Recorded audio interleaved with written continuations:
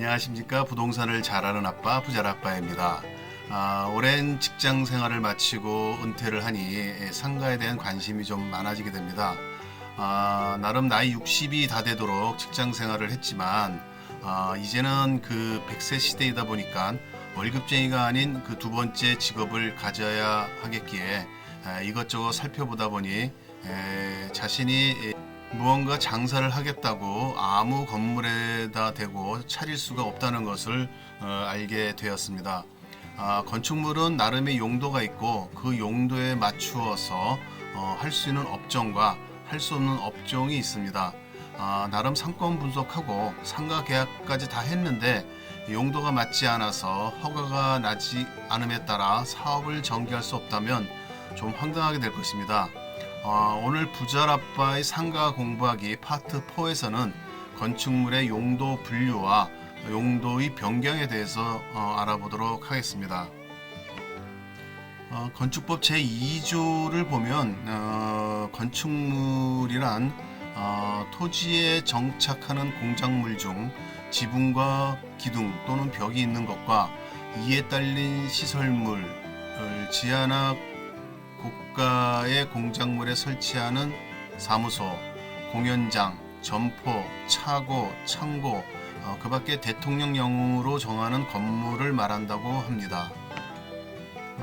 이러한 건축물에 대해 안전과 기능 그리고 미관 향상이라는 공공복리의 증진을 달성하기 위하여 건축물의 종류를 유사한 구조, 이용 목적 및 형태별로 묶어 분류한 것을 건축물의 용도라고 합니다.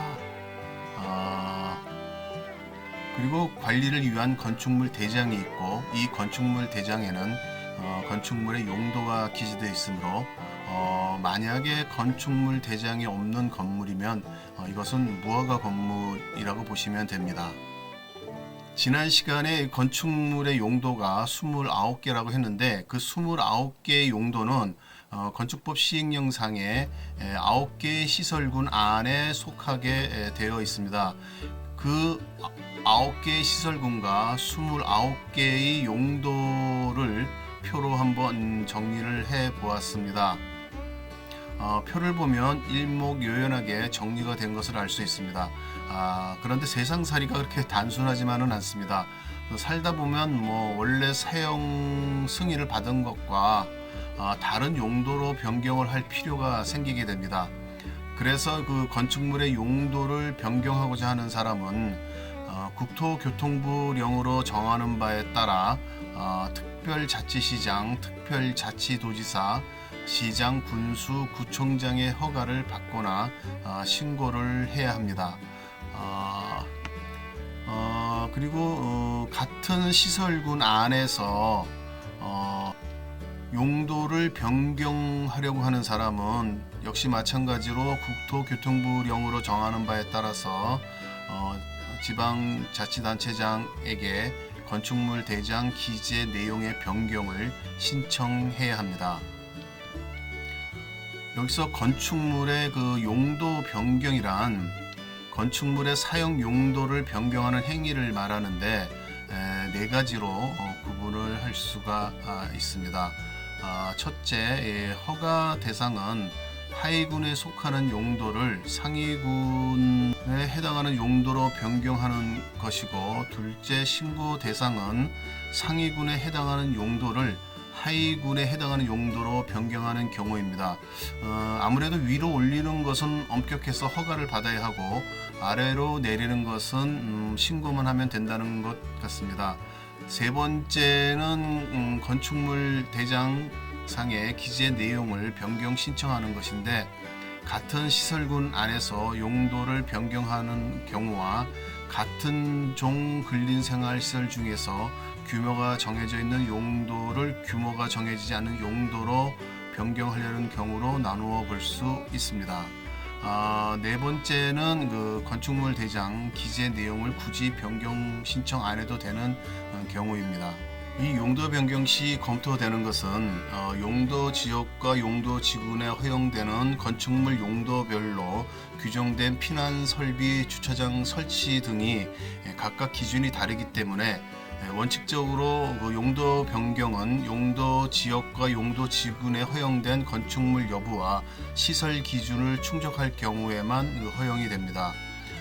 이러한 점을 유념하고 용도 변경을 위한 절차를 밟아야 합니다. 그 절차를 살펴보면 첫째는 그 용도 변경을 위한 사전 검토입니다. 용도 변경을 하려면 건축물 대장에서 현재 용도를 확인한 이후에 자신이 변경하고자 하는 용도가 허가 대상인지 신고 대상인지 등을 건축법 시행령을 참고하여 파악하고 관계 법령상의 용도 변경 제한 규정 등을 확인하여 용도 변경 가능 여부를 판단해야 합니다. 두 번째는 그 용도 변경 허가 신고 또는 건축물 대장 기재사항 변경 등 어떠한 대상인지 파악하고 국토교통부령으로 정하는 바에 따라 특별자치시장, 특별자치도지사, 시장, 군수, 구청장에게 허가, 신고, 신청을 해야 합니다. 세 번째는 그 용도 변경에 대한 허가 및 신고를 했으면 공사에 착수하고 용도 변경하려는 부분의 바닥 면적 합계가 100평방미터 이상인 경우에는 공사 완료 후 건축물의 사용 승인을 신청해야 합니다. 마지막으로 그 허가권자는 국토교통부령으로 정하는 기간에 사용 승인을 신청한 건축물이 해당 법에 따라 허가 또는 신고한 설계 도서대로 시공되었는지 여부와 감리 완료 보고서, 공사 완료 도서 등의 서류 및 도서가 적합하게 작성되었는지를 검사하고 검사에 합격한 건축물에 대해서 사용 승인서를 내주게 됩니다. 세상을 살다 보면 지켜야 할 룰이 참 많은 것 같습니다. 건물에 대해서도 지켜야 할 룰이 많은 것 같고요. 머리가 다소 복잡해지는 것이 느껴지긴 하지만 하던 공부를 포기하지 않고 끝까지 해야 하겠다는 생각이 듭니다. 가다가 중단하면 아니 감감만 못하다고 하고 그런 말도 있기 때문에 끝까지 공부를 해야 이 복잡한 머리가 좀 맑아질 것 같습니다. 아는 것이 힘이고 아는 것이 돈입니다.